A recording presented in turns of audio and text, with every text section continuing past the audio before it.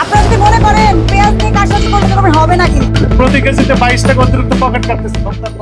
একই পেঁয়াজ একই উৎস, কিন্তু ভিন্ন ভিন্ন দোকানে তার দাম 5 থেকে 8 টাকা পর্যন্ত কম বেশি। কোনো ক্রয় রসিদ নেই ওজনের সঠিক প্রমাণ, আর মূল্য তালিকা তো যেন গল্পের বই। এই চিত্র এখন আমাদের বাজার ব্যবস্থার বাস্তব রূপ। তো চলেন প্রতিবেদনের মাধ্যমে এ বিষয়ে রহস্য উন্মোচন করি। রাজধানীর এক কাঁচা বাজারে হঠাৎ অভিযান চালিয়ে দেখা গেল পেঁয়াজ বিক্রেতারা একজন এক এক দামে পণ্য বিক্রি করছেন। কেউ বলছেন 50 টাকা, কেউ বলছেন 56 টাকা। 45 থেকে 56 টাকা কেজি।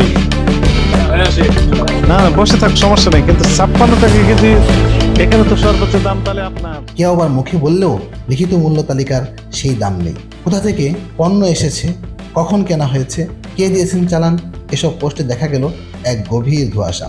একজন বিক্রেতা জানান পাবনার পেঁয়াজ কিনেছেন মন প্রতি 2196 টাকায়, তবে সুনির্দিষ্ট কোনো চালান বা রসিদ দেখাতে পারেননি।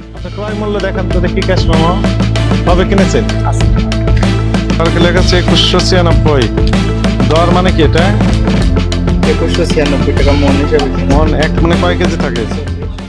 কথায় কথায় উঠে আসে একাধিক ব্যবসায়ীর নাম, হেলাল, জুবায়ের, মাজান, তবে তাদের কেউ উপস্থিত নাম, এমনকি কারো কোনো যোগাযোগের তথ্য পাওয়া যায়নি। হেলাল আশপাশে আছে না? না পাবনা। ওনার আমি আজ পর্যন্ত দেই না, 2 বছর আছে এই করে ওনার শেয়ারই দেই। ওনার আমরা শেয়ার দেই না। মাহাজন কোথায়? কি নাম বলেন তো? অনুসন্ধানে দেখা যায় ক্রয় মূল্য ছিল 50 থেকে 52 টাকা কেজিতে, কিন্তু বিক্রি হচ্ছে 56 থেকে 58 টাকায়। এমনকি কোথাও কোথাও 62 টাকাও চাওয়া হচ্ছে। 56, 55, 56 এরকম। কিন্তু ওই যে 50 করেও তো কিনেছেন। 50 খরচ আছে না, গাড়ি ভাড়া আছে না। অভিযানে অংশ নেওয়া কর্মকর্তারা একাধিক দোকান থেকে মূল্য তালিকার অনুপস্থিতি, অতিরিক্ত দামে বিক্রি এবং রসিদহীন পণ্য বিক্রির প্রমাণ পান।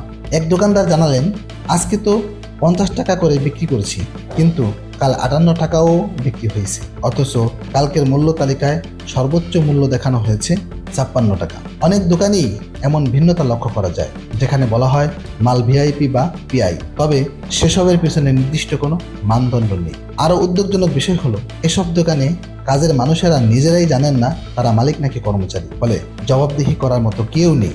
পেঁয়াজ কোথা থেকে এসেছে, পাবনা, রাজশাহী, রাজবাড়ী, এই 3 এলাকা থেকে বলা হলেও কোনো কাগজপত্র নেই তার প্রমাণ।